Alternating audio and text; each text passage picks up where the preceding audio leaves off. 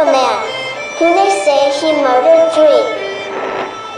Strange things have happened there. No stranger would it be if we met at midnight in the hanging tree.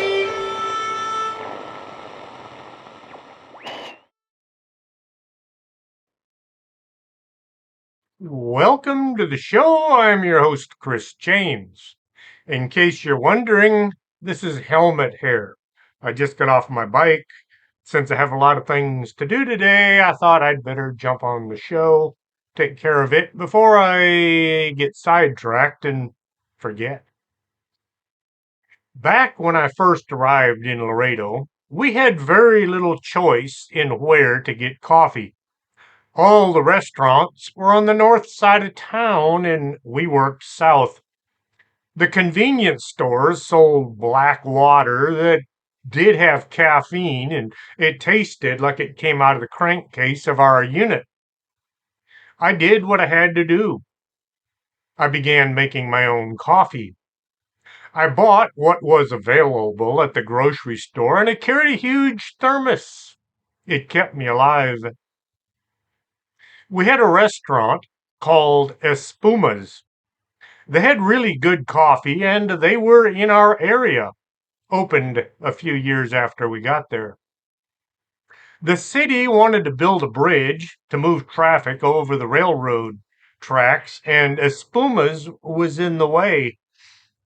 It was torn down in the name of progress.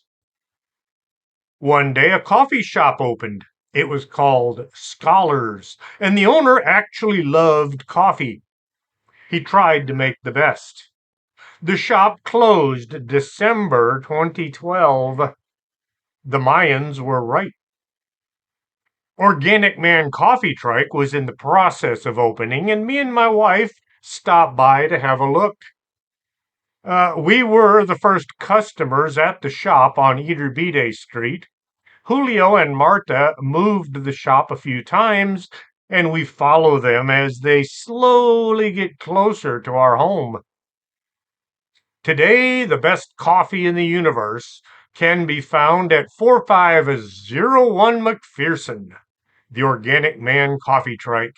For those of you that can't get here from there, go to organicmancoffeetrike.shop and treat yourself like royalty. Vic Hermanson sent me that coffee competition of the universe a while ago, and I had to release it again. I get a chuckle every time I listen.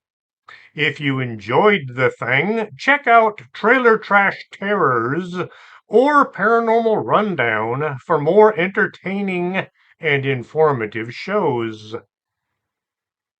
I understand that those of you that don't watch YouTube are probably scratching your heads going, what in the world is he talking about? It was a video that Vic sent me that I put on YouTube. I think I might have posted it on Podomatic too, but I'm not going to swear to that one. I'll have to check. As for Paranormal Roundtable, Josh has said he's not coming back. Ever. Art Bell quit maybe 4 times, and yet he always found a reason to start broadcasting again. We can only hope. Josh is still making appearances on other shows, but the round table is in the ICU and not expected to make it out. I talked about gremlins last week and theorized the things being seen way up in the sky might be related to the things that had been seen on the ground. They might be 2 completely different beings, and one is mimicking the things down below. Kind of like how the chupacabras from Puerto Rico looks nothing like the chupacabras from Texas. Same name, 2 different creatures. Or it could be the 2 entities looked the same but came from distinct backgrounds. We don't know, but it's fun to think about it. Atmospheric beasts are usually wingless, lighter than air life forms that inhabit the atmosphere of Earth and possibly other planets. They might inhabit the gas clouds as seen by scientists way out in the universe. Sightings by people all around the world have attracted the interest of ufologists, cryptozoologists, supernatural researchers, and astrobiologists. Cryptozoology author Ivan T. Sanderson devoted an entire book to the theory that many UFOs are not alien aircraft, but rather low density organisms native to the skies. Sanderson was born in Scotland. He traveled widely in his youth. His father manufactured whiskey, giving the family quite a good income. In 1925, his father was killed by a rhinoceros. You know, there's not too many people out there in the world that can say that. His father was killed by a rhinoceros filming a documentary in Kenya. Sanderson had attended Eton College and at 17 began a year-long trip around the world. He graduated a BA with honors in zoology from Cambridge University. He became famous after he had seen the Olitoi, a large cryptid bat, while being attacked by it. Sanderson conducted a number of expeditions in tropical areas in the 1920s and 30s. During World War II, Sanderson worked for the British Naval Intelligence, in charge of counter-espionage against the Germans in the Caribbean. In the 1960s, Sanderson lived in Knowlton Township in northwest New Jersey before moving to Manhattan. He was an early follower of Charles Fort. Later, Sanderson became known for writing on topics such as cryptozoology, a word that Sanderson had coined in the early 1940s. The idea of living things high above the earth has been supported by the discovery of perpetually airborne microorganisms which spend their entire lives floating high up in the air, along with microscopic algae that live permanently in the clouds. Astronomers such as Carl Sagan have proposed creatures like these could potentially inhabit the atmospheres of Jupiter or other gas giants. Atmospheric beasts are sometimes described as large balloon like organisms whose bodies are filled with hydrogen or some other gas which allows them to float around their entire lives. Other atmospheric beasts are described as having tentacles or flipper like organisms, whose, in some reports, they're actually cloud like beings, not completely solid and able to change their density as well as their size. Another mysterious phenomenon, star jelly, might be linked to atmospheric beasts. The idea is when an atmospheric beast dies, it falls from the sky as star jelly, a smelly, gelatinous mass that usually evaporates within a few hours. Some believe atmospheric beasts are native to the Earth, genetically related to other life forms that live under the oceans. The deep sea creatures do look alien. Others think these high flying creatures are some sort of extraterrestrial beings, sometimes thought to be spaceborne. The folks looking into these beings consider them to be lower life forms, unable to really do anything intelligent. They could communicate with us if they had the ability to. Yeah, if we can just figure out how. Somebody needs to work on a drone that can speak sky jelly, or sky jellyfish, I should say. And not all these creatures live way up. Or maybe they come down closer to the land in order to have a look, or maybe to hunt for something or someone tasty. In 1994, Jose Escamilla, along with his sister Becky, and a few others were on the side of 7 Mile Y, just south of Roswell. They were all looking up, trying to spot a UFO.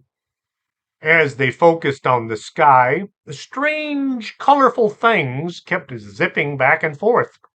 These things were moving too fast to get a good look at, so Jose grabbed his camcorder and he tried catching these unknown things on film. Reviewing the footage, he counted over 60 different objects: diamond shaped, cigar, disc, triangular, and sphere shaped beings or crafts that moved with incredible speed and they shimmered with unknown reasons. Soon others began filming these flying rods. They were long and thin, and they had as many as a dozen wings or some such thing shaped appendages. The boys in the white lab coats rushed out saying this was simply an artifact caused by the filming process. Some scientists are more concerned with maintaining the company line so the old farts in charge will like them. They'd rather do that than actually investigate unknown phenomenon. Any government funded research project is duty bound to never divulge any secrets. Jose did a lot of research into these weird flying creatures. He also began looking longer and harder into UFOs. The ideas of these beings, living creatures, slowly began to change to maybe some kind of an organic flying craft. Rods have been documented all over the world. Officially, the name was Roswell rods, but soon others began calling them flying rods or sky rods or sky fish rods, air rods or simply rods. A fairly popular subject in the field of cryptozoology, ufology, and paranormal research, the rods are described as small, elongated, airborne creatures which fly by the means of either multiple pairs of small rings or a pair of undulating membrane on each side of its body, depending on the descriptions. They exhibit curious behavior but never directly interact with any humans. There are atmospheric beasts that resemble jellyfish, often having long tendrils or arms that float around as they move. They are thought to be very fragile and lightweight creatures. Then we have things that look like serpents. They gracefully float through the air at the level of the clouds. They tend to move in an undulating pattern like a snake. Some believe atmospheric beasts are alien life forms that are able to disguise themselves among the clouds.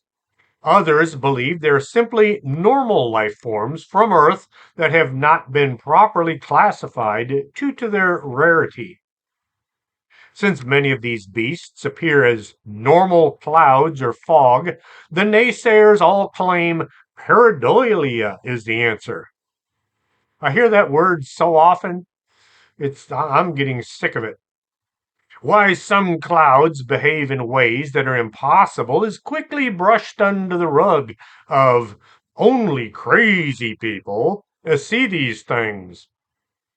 One witness described seeing a fog form into the shape of a pair of lips before squirting water out horizontally. See, it's reports like those that really get the boys in the white lab coats in a tizzy.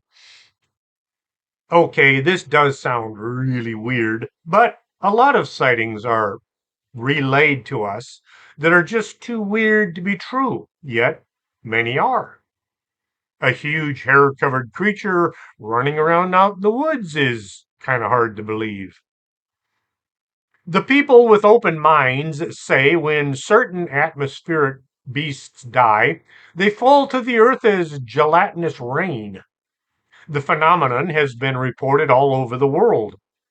One particularly famous occurrence was in Oakville, Washington, 1994. One of the most notable atmospheric beast sightings was a dragon like creature in Indiana in 1891. It was dubbed the Crawfordsville Monster. In the 20th century, there were several notable sightings of atmospheric beasts, but like I said, the most famous was the one in Crawfordsville. Two men were outside when they suddenly had an intense feeling of dread. They looked up at the sky and they saw a huge monster. The Crawfordsville Monster is a cryptid that was sighted over Crawfordsville, Indiana in 1891. According to eyewitnesses, the creature was described as a violently flapping thing with a flaming red eye, just one, 20 feet long and 8 feet wide. It flew with several pairs of fins. Some witnesses said the creature resembled an eel or a dragon. Others said it was about 18 feet long and 8 feet wide, and it moved rapidly through the air by means of several pairs of side fins. It was pure white, and it had no definite shape or form, resembling somewhat a great white cloud. There was no tail or head visible, but there was one great big flaming red eye, and a sort of a wheezing, plaintive sound was emitted from where the mouth should be. It flapped like a flag in the wind as it came on, and frequently gave a great squirm as though it were suffering in pain, or maybe it was about to give birth. The Crawfordsville creature undulated above the throngs of awed onlookers at a height of about 300 feet until it abruptly plummeted earthwards towards a group of spectators. Those who narrowly avoided the the apparent attack of this beast, swore they could feel its hot breath as it rushed straight past them. One witness who told about his sighting was Reverend G.W. Switzer and his wife. They described the same creature as the group from town. Early paranormal chronicler and author Charles Fort was convinced that there was no Reverend G.W. Schweitzer and that the entire event was probably a hoax. Once he looked into the matter, he was somewhat shocked to discover that the Reverend not only existed, but he confirmed his previous testimony to be true. Reporter Vincent Gaddis picked up the story from there, and after interviewing dozens of eyewitnesses involved with this mass sighting, he wrote that all the reports refer to this object as a living thing. The Crawfordsville Monster had been compared to other cryptids, such as the Jersey Devil and the Mothman, but unlike these cryptids, it had no reported supernatural abilities. It is believed to be an atmospheric beast that had come down close to the Earth for unknown reasons. Perhaps that's why it seemed to be gasping in pain. It was having difficulty with too much oxygen, perhaps, or some other problem, too much pressure because it's too far down from where it lives. In September 2010, a group of people said they saw the monster hovering in the sky over the same town. They described it as a large winged creature with glowing eyes, two of them this time. In 2011, a man said he captured a photograph of the monster, but the authenticity of the photo has been disputed. They dispute any photos, especially the more recent ones. Photographic evidence is no longer going to convince anyone. You'll need other things to go along with it.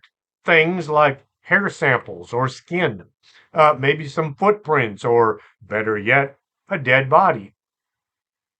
Hoaxers are getting way too good. This leads me to believe that maybe they're getting a lot of help from folks who want to keep things from us. Things like UFOs or Bigfoot or atmospheric beasts. Despite the lack of recent sightings, the legend of the Crawfordsville monster lives on. It has become a popular topic of discussion among cryptozoologists and enthusiasts of the paranormal. The monster's mysterious nature and elusive behavior continue to fascinate people, and it remains one of the most intriguing it remains, not reminds. It remains one of the most intriguing cryptids in American folklore. Not knowing what this creature might be leads to the possible explanation the creature could be interdimensional, extraterrestrial, or even maybe a spiritual being. In recent years, there have been numerous reports of atmospheric beasts all over the world. Some of these reports have been dismissed as hoaxes or misidentifications, but others remain unexplained. The lack of concrete evidence adds fuel to the skeptic's argument. Where's the body? Or why isn't this found in the fossil record?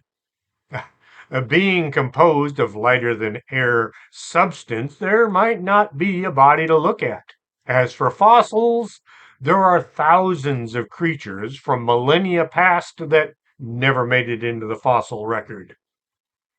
For those who believe the atmospheric beasts are very fragile and lightweight creatures who are either native to Earth or aliens that come from elsewhere, if the latter view is taken, then atmospheric beasts are sometimes thought to have originated in the atmosphere of some other planet, but they can also be thought of as originating in interstellar gas clouds, so that they are in fact aliens without a native planet, able to swim through space.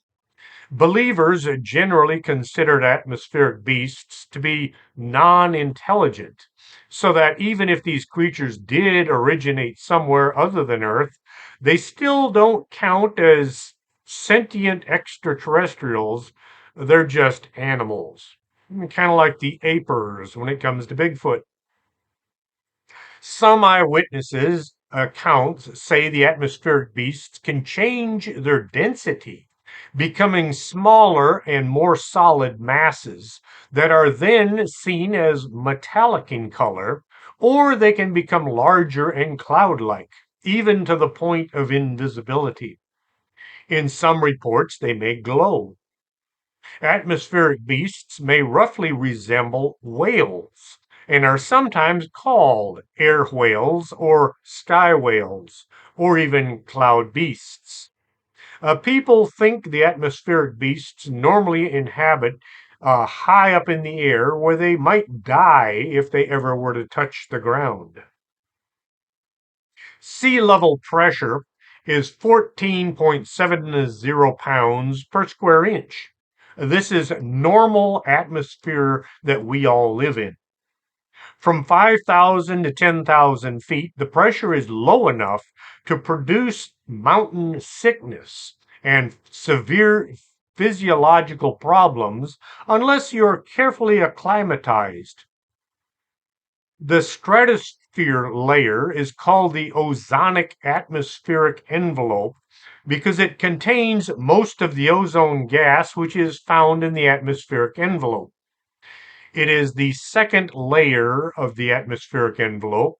It extends from tropopause at the height of 42,600 feet above sea level to the stratopause at a height of 164,000 feet above sea level.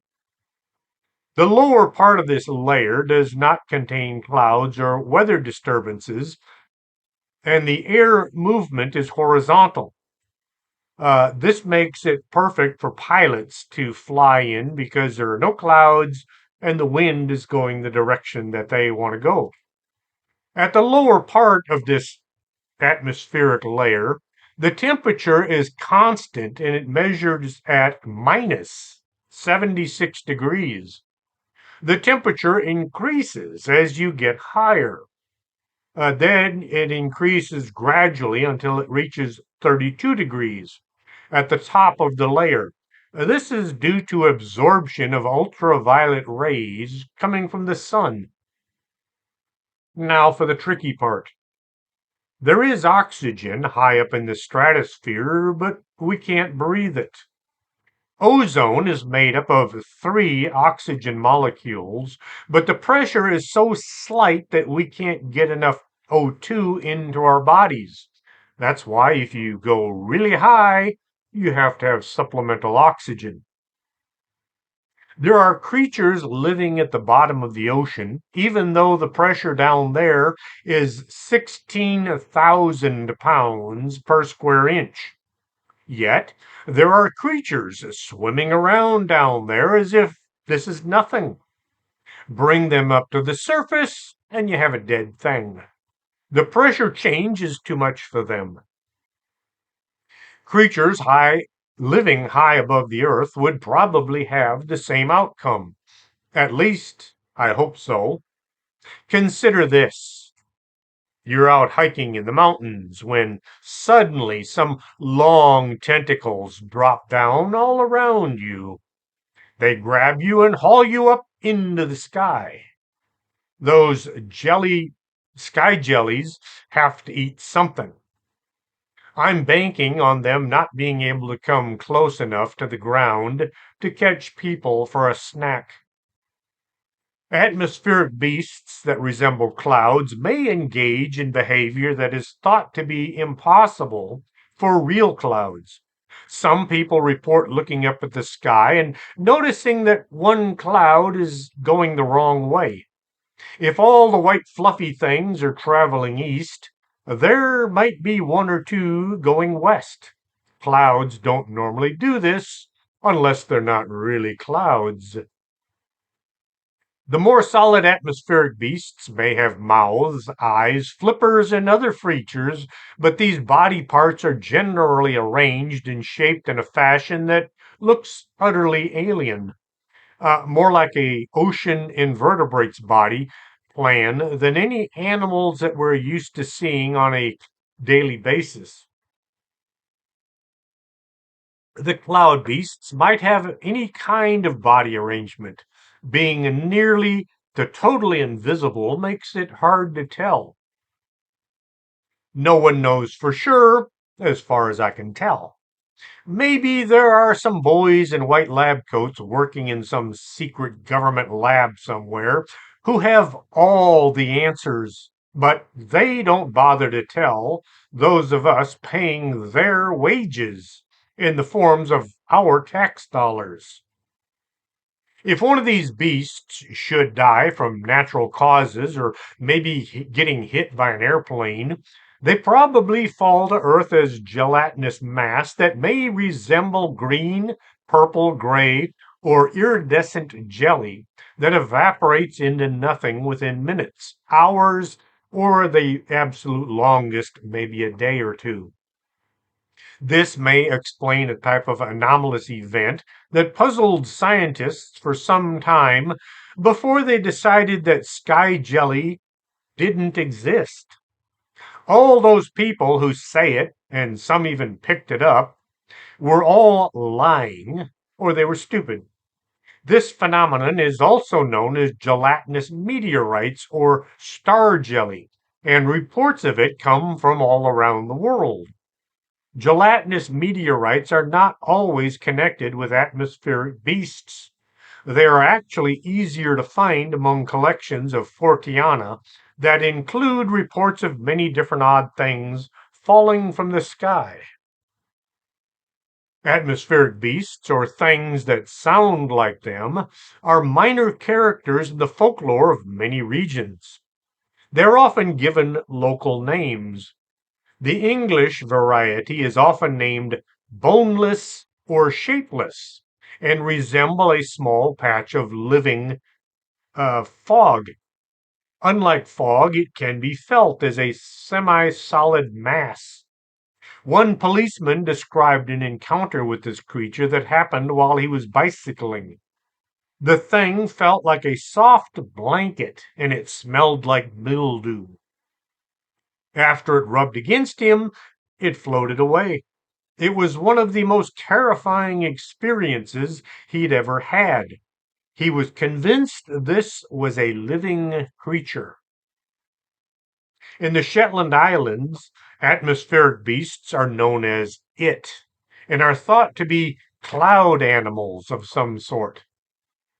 Just as the sea has its own life that is often hidden from view, it is thought that the clouds form a vast atmospheric sea far above us, and that it is merely an animal that is native to the clouds.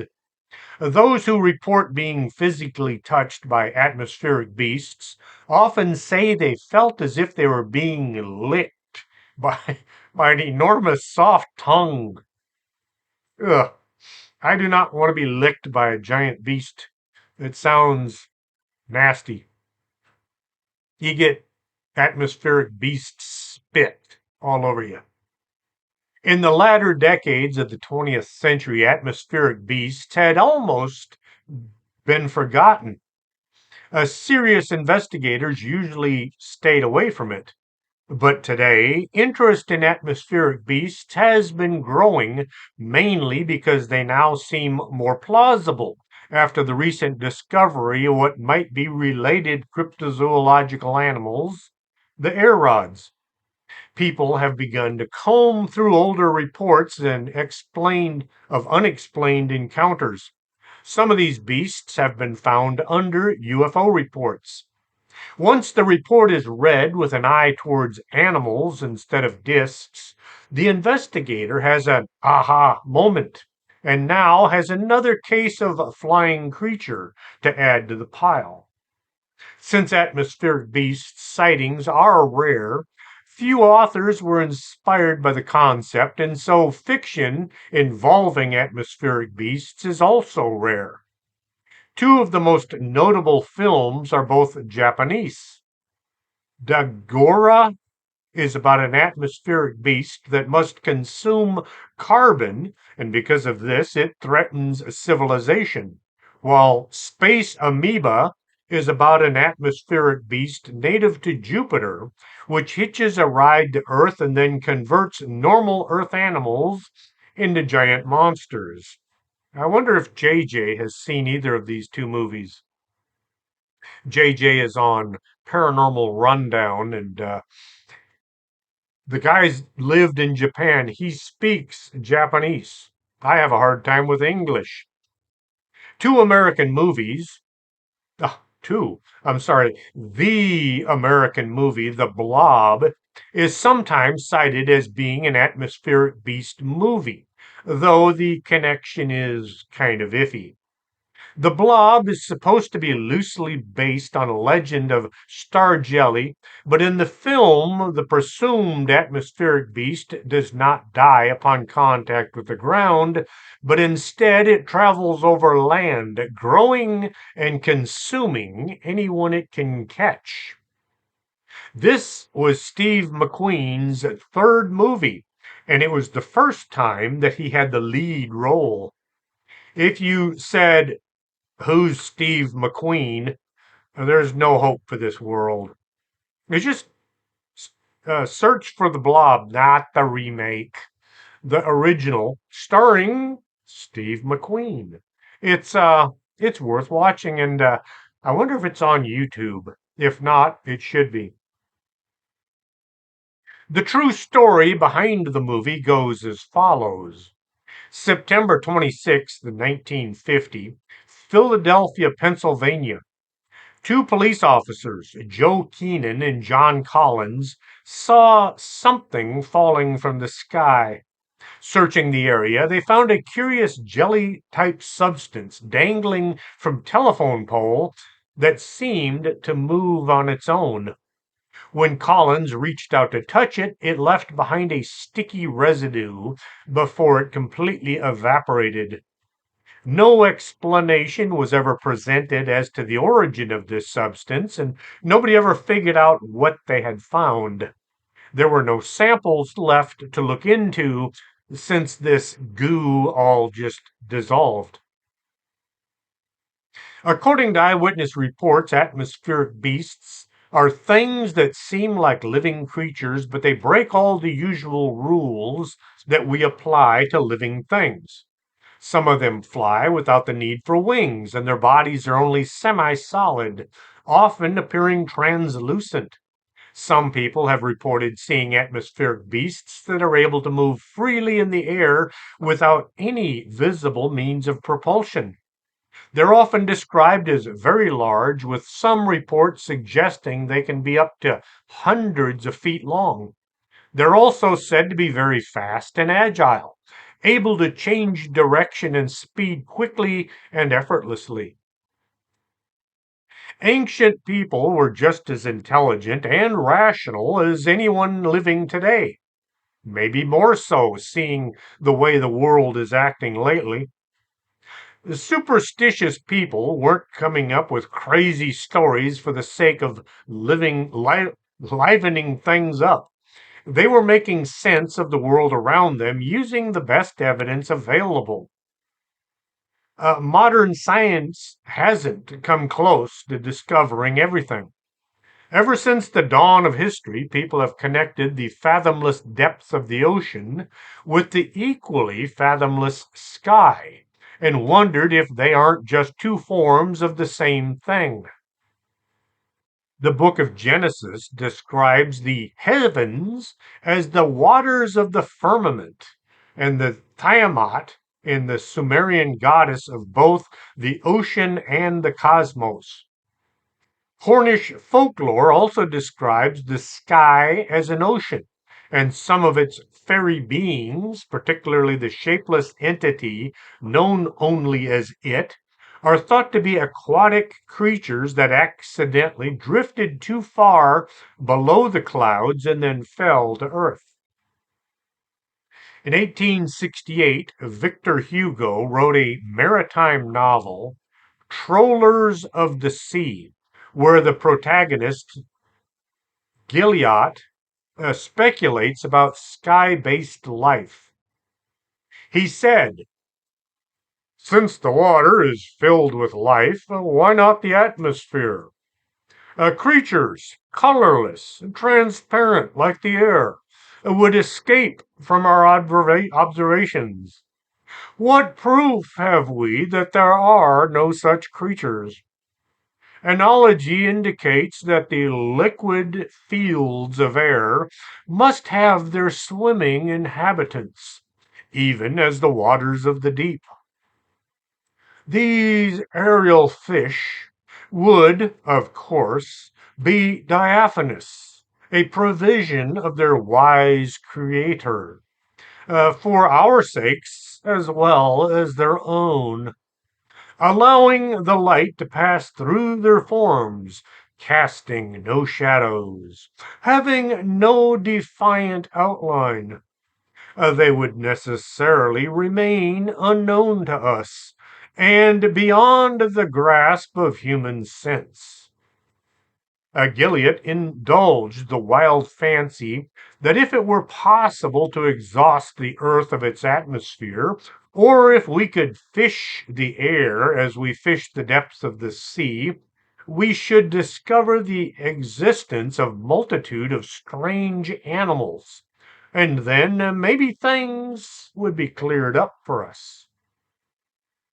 More than 40 years later, Arthur Conan Doyle took the same idea up in his 1913 horror tale, The Horror of the Heights, which speculates that the upper atmosphere hosts a bizarre ecosystem filled with floating jellyfish and monstrous carnivores. Have you ever been in a powerful rainstorm when it looks as if Chicken Little is right? How can so much water be held aloft in the sky only to fall with enough force to wash mountains away? I've often wondered if water can be held inside these clouds, why not maybe something else? Yes, I know the water is broken down into molecules and it's held in place by atmospheric pressure. It is worth thinking about, though. Something besides rainwater being held up there in the clouds. The cryptozoological idea of atmospheric beasts just might explain organic looking UFO sightings, such as the 1891 Crawfordsville monster. The 1994 discovery of rods might also be some kind of a beast that is also a alien craft. People report seeing all manners of bizarre creatures flying or floating through the skies. Sky serpents are one of the most commonly reported types of atmospheric beasts. They're said to resemble snakes or elongated serpentine dragons that float or fly in the sky. Witnesses describe them as being semi solid or translucent, and they move in an undulating pattern like a snake. Sky serpents are often reported to have long tendrils or arms fluttering behind them as they move. Another type of atmospheric beast is the sky jellyfish. Witnesses describe them as being clear or translucent, and they gracefully float through the air at the level of the clouds. They tend to move in an undulating pattern like that of a snake. Floating jellyfish often have long tendrils or arms that float around as they move. They're kind of bound by the direction of the airflow and they just drift along with it, kind of like a balloon. The jellyfish anomaly of Petrovsk, good lord, it's a Russian name, Petrovsk, Petrovskvodok. Yeah, I don't speak Russian. I'm sorry for my Russian listeners. I'm having a bit of time with that name. Petrovskvodosk was the first documented sighting of an atmospheric jellyfish, a type of atmospheric beast that was sighted by hundreds of local people, including Yuri Gromov and Nikolai Milov, above the skies of that city in Russia on September 20th, 1977. Petrosavsk. There's too many consonants in that name. In the early hours of the morning, eyewitnesses reported an amethyst colored object with pulsating tentacles of light reaching down from the craft to the city below. The sighting prompted speculation on what this creature really was. The Qingzhine flying jellyfish was sighted by a Chinese Air Force pilot and 140 ground officials on October 19th, 1998 in Qingzhine, China. Hey, I don't speak Chinese either, so for my Chinese listeners, I'm sorry. A man named John reported seeing a translucent jellyfish like creature hovering over a field near his home. He described the creature as having no discernible features, but it emitted a faint glow. Another report came from a woman named Sarah, who reported seeing a large cloud like creature floating in the sky above her town. She said the creature seemed to be moving with purpose, as if it were searching for something. As Sarah also said, the creature appeared to change shape, at times resembling a serpent or a dragon. One popular theory is that atmospheric beasts are extraterrestrial in origin. Some believe that these creatures are alien life forms that have come to Earth to observe human activity. Others suggest that atmospheric beasts are actually advanced spacecraft that have been designed to mimic living organisms. While there's no concrete evidence to support any of these claims, they remain popular among some UFO enthusiasts as well as conspiracy theorists. An incident took place in Portugal, November 2nd, 1959. An organism called the Evora's creature was discovered and studied in Portugal around 61 years ago. It began with the sighting of a UFO over the city. Joaquin Guedes do Amaral, the director of the School of Industry and Commerce, was at work when his colleagues told him that there is some kind of a UFO hovering over Evora. Amaral brought out a telescope to examine this craft more closely. A half hour later, another UFO emerged, this one resembling a jellyfish. The object wavered and moved swiftly through the sky, occasionally stopping before continuing on. It eventually came to a halt, hovering in the air for approximately half an hour before taking off again at a high rate of speed. Rare white gelatinous threads began to break out all over the region as soon as the sightings had happened. With a thick white covering, almost everything was submerged in white. People were evacuated from the area. The odd organism was sampled by the military and scientists from the University of Lisbon. Despite the fact that it had a brittle, difficult to assemble structure, they were able to get samples. Professor Joaquin reached out to his friend Eugenio Consequios and his father, a member of the French Astronomical Society. They both conducted experiments on this bizarre thing that resembled a monster or a monster jellyfish.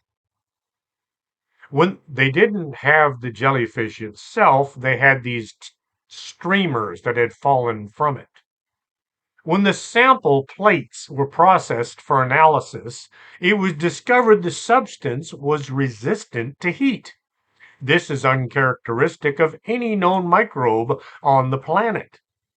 A report was produced as a result of this research, which said the following. The microorganism, Evara, was about 4 millimeters in size, consisting of tentacles. Activity exhibited protective reactions to laboratory plates. Subsequent studies have shown that its tentacles can withstand pressures up to 350 grams. At the beginning of the observation, it had different colors. The central body was yellow, intensely red tentacles.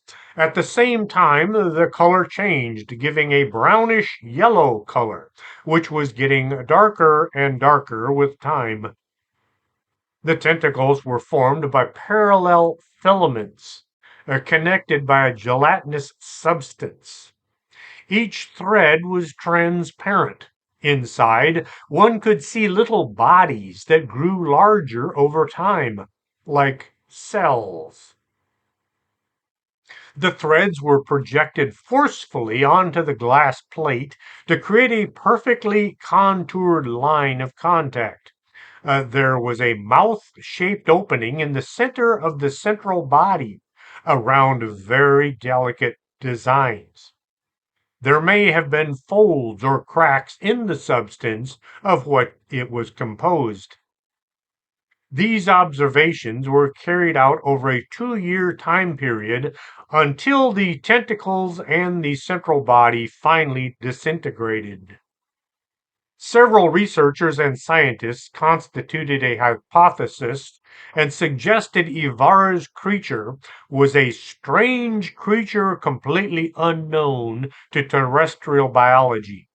This can be considered the first discovery of evidence of extraterrestrial life. Francisco Maron Correa, Portugal's coordinator of ecopolitics, Javier Sierra, and several scientists and UFO researchers meticulously studied this case before formulating a hypothesis.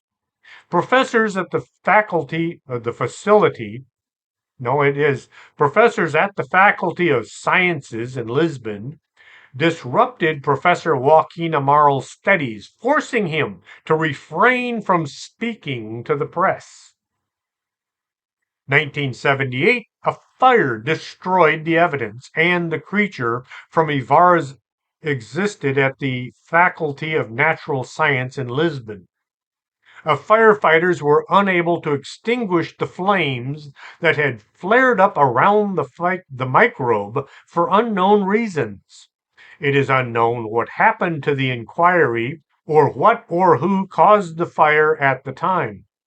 Also, whether or not they were entrusted to different departments. Everything points to this being an attempt to keep an extraterrestrial phenomenon hidden. Who set the fire? Why did they set the fire? Or did the creature simply burst into flames on its own? Sanderson was not alone in his belief in atmospheric beasts.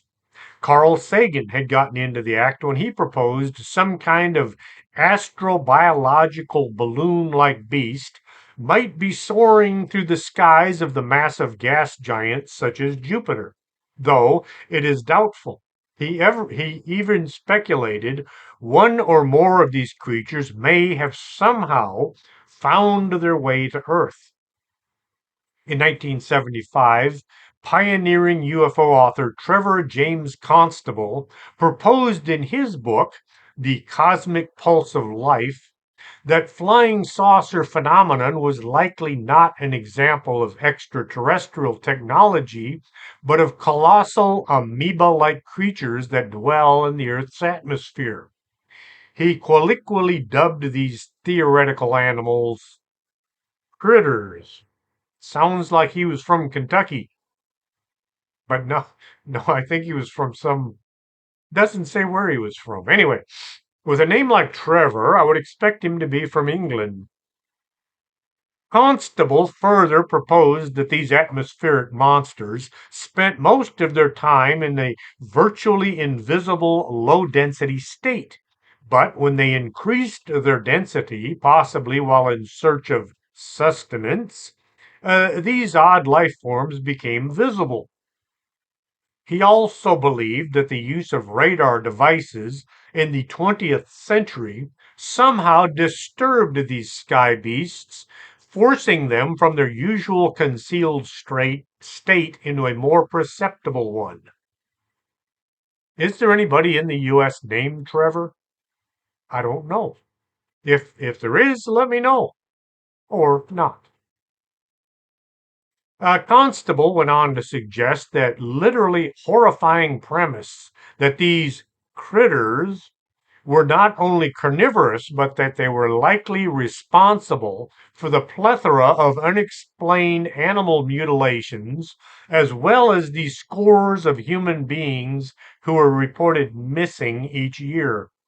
It goes without saying that the thought of a huge, voracious, virtually undetectable predator that can descend from the skies in a flash to claim their unwary victims is not a comforting thought.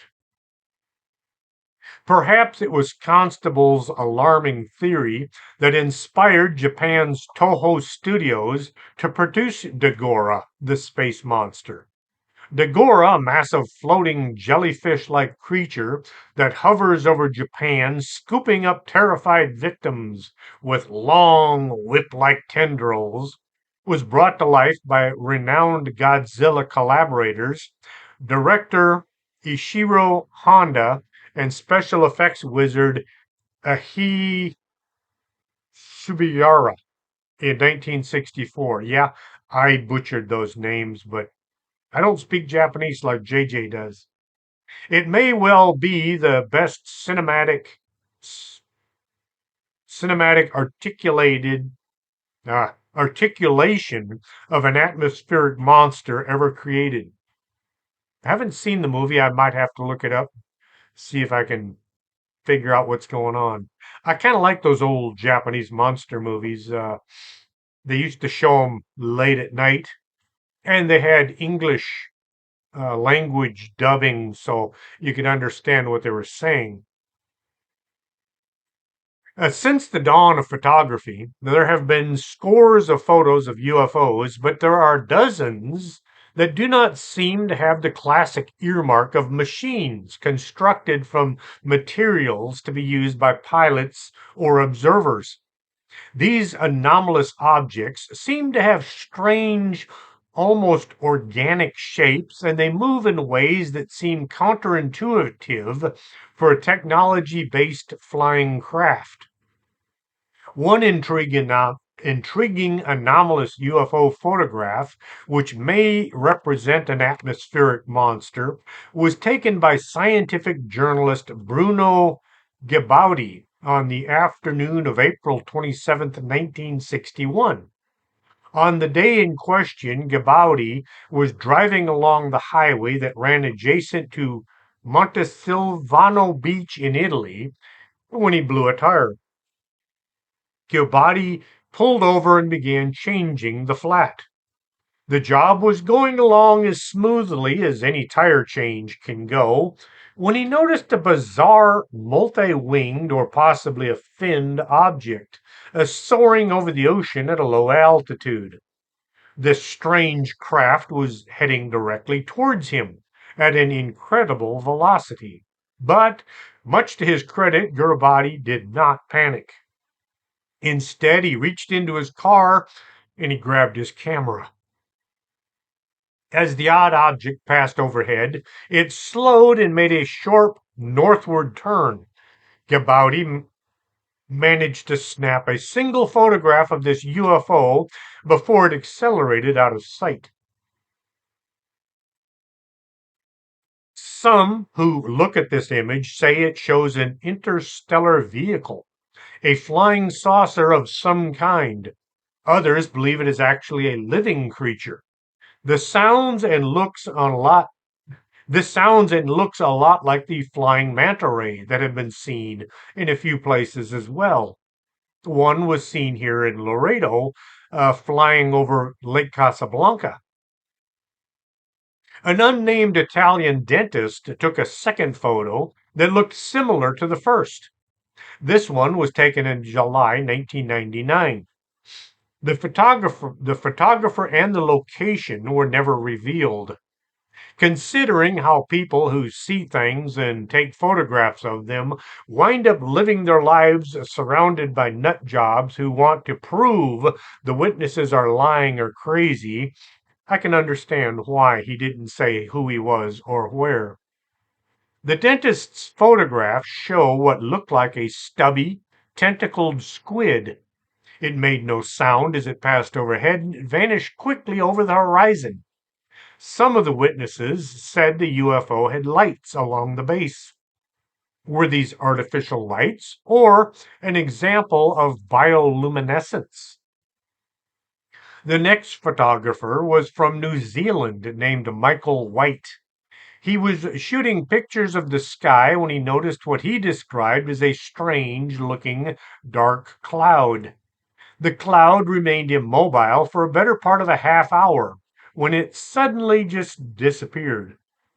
White had managed to snap multiple photographs of the cloud, but it wasn't until he developed the images that he realized how unique this entity may have been. In the photo, he discovered a mysterious object that sort of rippling, possibly organic, manta ray like object. White said he hadn't noticed this weird flying creature until in the darkroom developing his film. The images he was trying to capture were of the weird looking cloud that he was looking at. It looked to be fibrous and peculiar. He even went so far as to state that he believed the weird cloud could sense that it was being filmed and vanished as a result. Some folks have come to the conclusion this fibrous cloud like shape was merely camouflaging itself once it realized it was being photographed. If this is true, it gives rise to the suspicion that strange entities may be constantly cruising overhead, and all our human eyes perceive are plain old ordinary clouds. On the afternoon of November 3rd, 1973, a Mexican banker and his family spied a strange object rocketing in the westerly direction over Cocoyoc, Mexico. The banker's wife said the object was roundish and did not resemble any traditional aircraft that she knew of. The banker stopped his car for a better look at this unusual object. He and his wife quickly exited the vehicle and they watched as this UFO blazed across the sky. Thankfully, the banker had the presence of mind to grab his camera and he managed to shoot a photo of this craft before it shot out of view. The image doesn't look like any kind of a flying craft. It looks more like a living creature of some sort. 1963 in Northcliffe region of Johannesburg, South Africa, a real estate agent was taking pictures of available houses for a local newspaper advertisement when she captured an image of a UFO. The object resembled what seemed to be an odd cellular structure. This next sighting is from my book, Paranormal Stories. Craig was in Victoria when he saw something really bizarre up in the sky. It happened in November 20th, 2016. It was about 3 a.m. on a moonless night. He was facing south and his view was partially blocked by the trees. There in the sky was a long, thin object that looked like it was alive. It was made of flesh, moving from east southeast to west northwest. The body resembled crepe paper that had been twisted along its entire length. There were about 10 rounded sections visible, which looked to be one rounded section wide. The skin was translucent and the ribs could be seen. The thing was high enough to catch the morning sunlight, which reflected off of the bottom of it. It ranged from a blue to a yellow color. This object was in view for about 5 seconds. As it crossed the sky, it changed directions by about 15 degrees to the northwest. From where he stood, the object was about 4 inches long. Considering how high up it was, up above the stratosphere, Craig guessed the thing had to have been miles long. The estimated position near the edge of the atmosphere and its length, several miles long, was calculated by the angle which light might hit an object at 300 miles ASL, estimated sunrise, trajectory, speed away from the sunrise, and its actual length being perceived at 4 inches. He drew a sketch of what he'd seen, and it looked very much like a flying DNA double helix. Craig said this sighting changed how he looked at the world around him. He thinks about this bizarre creature or object all the time, wondering what it was and where it had come from. He took the time to make a report with Newfork, and his story was printed on UFOMG.com. People have also reported seeing what looked like humans walking around on top of the clouds. Not just a little bit like a human, but the images look like real people. If you zoom in, you can make out facial features as well as items of clothing.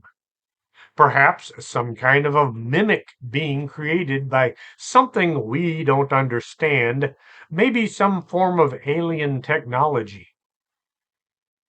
Flying invisible monsters. Can it get any weirder? I have enough worries just going for a bike ride without having to watch the skies for sky jellyfish looking for an easy meal. I know this whole thing sounds unbelievable. It's most it's like most really good stories. Can't believe it, but maybe it's true. This might explain the thousands of missing people each year, many of whom were lost while hiking in national or state parks. Maybe I'm going to stay inside from now on. Here's another thing to consider. It won't explain away sightings from years ago, but it might do something about future sightings. Nanorobots are minuscule robots or machines that are measured in nanometers, which 1 nanometer equivalent to 1 billionth of a meter. Micro-robotic technology is a rapidly growing area of exploration and one in which the Defense Department is eager to delve into. The government is pouring money into research and developing artificial intelligence swarming robots. And the looming question is whether this cutting edge technology will be used for good, or is it going to bring about the end of the world as we know it? Some kind of a lethal machine that can be used against humans. There isn't anyone on this planet that can manufacture such small robots. They can create small robots that can make smaller robots that in turn can make even smaller robots. The boys in the white lab coats are making these things autonomous. They can decide for themselves what is the right thing to do.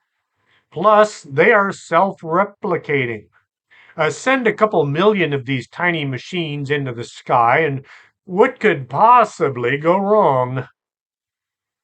Think about the environmental wackos that drive huge nails into trees to damage chainsaws and injure the people using them. These folks can justify their actions claiming it's to save the planet. They just might decide to save the planet, we should all be removed. Then again, maybe these sky beasts are alien technology. Some distant race sent them here to A, keep an eye on us, B, do experiments on us, or C, this was their own form of research trying to see what nanobots were capable of doing. Hope you enjoyed tonight's show. If you did, let other people know that they're missing something they shouldn't be missing. Until next Saturday, this is Chris James for Strange Things.